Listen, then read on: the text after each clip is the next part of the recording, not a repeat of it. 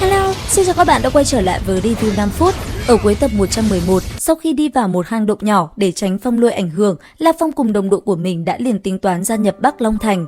Thời gian qua đi, thời gian ở tại hang động của La Phong cùng đồng đội ngày càng dài. Dựa theo tính toán, khoảng cách giữa họ và Hổ Khắc cùng Gaia là khá xa. Bởi vậy, để an toàn, La Phong cùng mọi người quyết định sẽ hội tụ tại trung tâm của hai bên. Ở xung quanh, nghe thấy kế hoạch của La Phong, mọi người đều thấy khá hợp lý. Bởi thế, mọi người đã ngay lập tức tiến hành, tính toán kỹ lưỡng đường đi. Sau đó, La Phong cùng đoàn đội của mình cũng liền phóng người hướng về bên ngoài hang động bay đi. Cũng trong lúc đó, ở tại một nơi khác, thân ảnh của nữ nhân mặc hoàng bào hiện ra, trước mắt nàng là một cái bản đồ khu vực. Nhìn qua bản đồ, nàng liền tính toán, sau đó gọi cho người của phe mình, kết nối với người kia, thanh âm nàng vang lên nói: "Ta không muốn điểm tập trung khoáng thạch này rơi vào tay người khác, các người dọn dẹp đám người ở chỗ này đi cho ta." Nghe vậy, nam tử mặc chiến giáp màu vàng của hoàng tộc cũng liền nghe theo. Ngay lập tức, hắn ta liền sai cận vệ của mình làm việc. Còn La Phong cùng đồng đội, họ cứ thế tiến về phía trước. Thế nhưng trên đường đi có phong lôi cản trở, tốc độ của La Phong cùng mọi người cũng chậm lại. Hơn nữa vừa đi, La Phong còn phải cẩn thận quan sát xung quanh, tránh gặp phải phiền phức không đáng có. Tuy nhiên đang đi, bất chợt, La Phong thấy phía trước có giao chiến kịch liệt. Ngay lập tức dò xét, La Phong phát hiện Gaia và Hổ Khắc bị tấn công. Thế nhưng nhìn kỹ, La Phong thấy đối thủ của họ là đám người của hoàng tộc Hắc Long Sơn Đế Quốc thì không khỏi nhíu mày.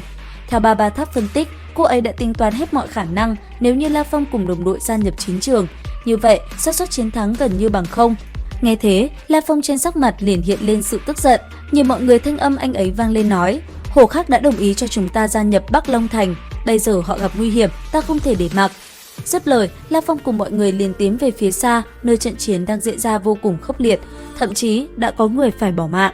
Trên màn hình giả định, người của Liên minh Dòng binh Vũ trụ nhìn La Phong cùng đồng đội hành động thì không khỏi chau mày. Theo anh ấy, không biết mục đích lần này là gì thì đây cũng là sự lựa chọn không lý trí, rất có thể tất cả sẽ phải mất mạng. Còn La Phong cùng mọi người, không lâu sau, họ rốt cuộc cũng tới được trận chiến. Ngay khi vừa tới nơi, họ đã liền nhau vào cùng đám người kia chiến đấu. Bởi vậy rất nhanh, một cuộc chiến khốc liệt đã liền diễn ra. Lúc này, mỗi người liền chia nhau ra cùng đối phương giao chiến, một cảnh tượng hỗn loạn diễn ra. Lấy tốc độ kinh khủng, La Phong liền cùng đám người kia va chạm. Còn Hồng, ông ta dũng mãnh lao thẳng vào tên cầm đầu mà đánh.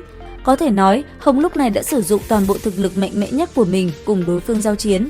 Trong tay, cự kiếm không ngừng đánh về phía đối thủ.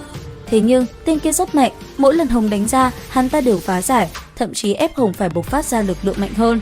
Cũng trong lúc đó, ở bên ngoài, sau khi nhận được tin tức về La Phong cùng đồng đội đang chiến đấu với người của mình, nữ nhân mặc hoàng bào tức giận. Ngay lập tức, nàng liền quan sát kỹ lưỡng từng hành động của La Phong và cẩn thận tính toán cho lần chiến đấu này. Và không chỉ có nàng, ở một nơi khác, cái tên người của Bách Hổ Lâu thấy La Phong cùng đồng đội chiến đấu với Hoàng thất Hắc Long Sơn, khuôn mặt hắn ta trở nên khác thường. Theo hắn ta, cơ hội trả thù của mình rốt cuộc cũng tới rồi. Trở lại với La Phong cùng đồng đội, sau một hồi giao chiến với đám người của Hoàng thất, họ rất nhanh đã rơi vào thế hạ phong. Thậm chí, trước tình thế yếu hơn, đã có người bị thương trong trận chiến đó. Thê thảm hơn, người của Bắc Long Thành cũng bị bỏ mạng. Giờ đây, cục diện đã hoàn toàn thay đổi. La Phong cùng tên đầu lĩnh của đám người Hoàng thất giao chiến vô cùng quyết liệt. Trong một đòn va chạm mạnh mẽ giữa hai người, đất trời nơi đây như rung chuyển, một làn sóng mạnh mẽ tỏa ra khắp nơi này. Thế nhưng, sau một đòn va chạm đó, thân hình của La Phong chợt biến mất không thấy đâu nữa. Nghĩ đến cảnh tượng La Phong bỏ mạng, mọi người hỗn loạn. Ngay lập tức, Hồng cùng Lôi Thần tức giận gầm lên quát lớn nói: "Cho thấy tam đệ thoát khỏi nguy hiểm, ta làm sao bỏ mạng được?" Dứt lời, ông liền gầm lên, sau đó tung ra toàn bộ sức mạnh trong lĩnh vực của mình, khiến nơi đây như bị bao trùm. Dưới sự áp bách của lĩnh vực, có không ít người phải lưu lại, cho dù là cường giả, họ cũng không dám coi thường chút nào. Và liệu rằng cuộc chiến còn diễn ra gay cấn như thế nào? Theo dõi tập sau trên YouTube Review 5 phút các bạn nhé! Đến đây thì hết tập 112 Thôn Vệ Tinh Không. Xin chào và hẹn gặp lại!